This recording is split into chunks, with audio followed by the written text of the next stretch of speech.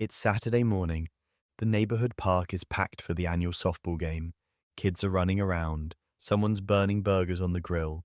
A few loud personalities are fighting over who should pitch. Entering Chris. He's not the captain, he's not the loudest, he's not the best player, but he's the guy who made sure there were enough gloves for everyone. He keeps track of the score without anyone asking. He cracks a few jokes, brings the cooler filled with everyone's favorite drinks, and somehow makes the day smoother. When the game's over, people tell the Alpha he did a great job organizing. They praise him. Truth of the matter is, without Chris, it would not have been the same, and frankly, it would have been a mess. That's Delta energy. And Chris is a Delta. Welcome back. Today we're talking about the Delta, the third rank in Vox Day's Socio-Sexual Hierarchy. The Delta is the everyman, the guy who makes up the backbone of society, not chasing the spotlight, not trying to dominate, not plotting revenge from the shadows, just showing up, doing his job, keeping life moving and loving every second of it. You probably know more Deltas than you realize. In fact, you might be one yourself.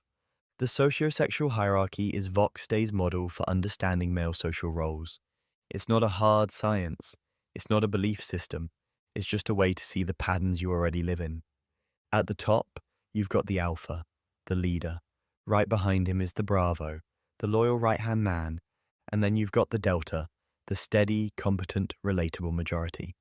If the alpha is the king and the bravo is the general, the delta is the soldier who keeps the kingdom running. So what makes a delta? 1. Reliability. If a delta says he'll be there, he's there, rain or shine. He doesn't need fanfare for showing up. It's just who he is. 2. Steadiness under pressure. When things go wrong, the delta doesn't explode or vanish. He just keeps doing the job. 3. Respect for earned hierarchy. He doesn't mind following orders if the leader knows what he's doing, but he can smell incompetence a mile away. 4. Values competence over status. The delta cares about whether you can actually do the work, not what title you have. 5. Balanced life priorities. Work matters, but so does family, friends, hobbies, and downtime. 6. Cooperative over competitive. He'd rather win together than stand alone at the top. 7. Pride in his lane. He knows what he's good at and takes satisfaction in doing it well. Let's take a look at this fictional real-life situation. Say a group of strangers get stranded on a mountain after a bus crash. The Alpha starts giving orders, the Bravo organizes resources, and the Delta? He's the one actually carrying the firewood. He's fixing the shelter with whatever's lying around. He's making sure the injured guy has water. Nobody's making a speech about how great he is. But when the rescue team shows up, people are alive because he quietly kept things running. That's Delta. Let's look at some fictional Deltas. 1. Jim Halpert, The Office. He's competent, well-liked, and relatable. Doesn't try to run the place, but keeps things human in a sea of weird personalities. 2. Hank Hill, King of the Hill. Hardworking, steady, community-oriented. Not flashy, but you know where you stand with him. 3. Hagrid, Harry Potter. Kind, dependable, protective. Not chasing titles, but deeply loyal and always shows up. 4. Faramir, Lord of the Rings. Noble without ego, strong enough to lead, humble enough to serve. 5. The Thing, Fantastic Four. The muscle of the group, but also its heart. He's not the leader and doesn't want to be, but the team wouldn't be the same without him. Now for some real-world deltas. 1. Aristotle, brilliant thinker, but not a political power chaser. Chose to teach, write, and quietly influence history. 2. Nikola Jokić, NBA superstar who avoids drama, shows up, plays his game, goes home to his horses. 3. Tommy Lee Jones.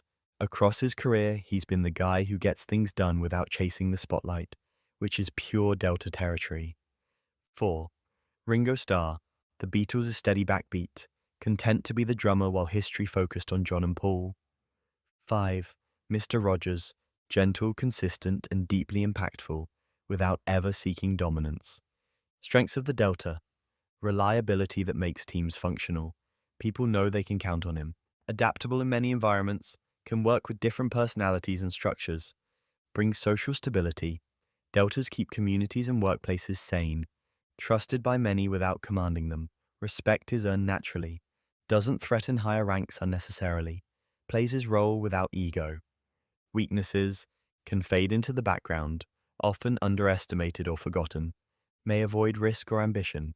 Comfort zone can become a cage, overly dependent on strong leadership. Without it, performance drops, can become complacent, settles for good enough. Risk of being underestimated. Others mistake humility for lack of ability. Delta versus other ranks. Alpha dominates. Delta supports. The Alpha takes charge. The Delta keeps the machine running. Bravo coordinates. Delta executes. Bravo makes the plan. Delta carries it out with precision. Gamma complains. Delta cooperates. Gamma's always trying to undermine. Delta just wants the group to succeed. Sigma disappears. Delta commits. Sigma goes his own way. Delta stays loyal to the team. Omega rebels. Delta reinforces. Omega works against the system. Delta holds it together. Lambda pivots. Delta remains steady. Lambda shifts to fit the moment. Delta sticks with what works. Where does the Delta thrive? Stable work environments, skilled trades, community organizations, sports teams, long-term projects with clear goals. Where does he struggle? Chaotic, constantly shifting situations, cutthroat corporate ladders, environments with no clear leadership, fields where self-promotion matters more than skill. When it comes to women, the Alpha and Bravo often grab the spotlight. They're the ones who get the double takes and the whispered gossip. But that doesn't mean the Delta is missing out. Far from it. There's an entire category of women who aren't looking for a thrill ride, but instead they're looking for a steady ship. They value stability, loyalty, and dependability more than fireworks. To them, a Delta isn't the safe choice in a boring way. He's the partner who shows up, who follows through, who keeps his word when it matters most. The guy they can build a life with, weather storms with, and actually trust. And while Alpha attention might fade and Bravo charm might shift, the Delta's quiet consistency only grows more valuable with time. In the long run, plenty of sensible women see that, and they know exactly what they want. So, should you want to be a Delta? Here's the truth. Most men are Deltas, and that's not an insult.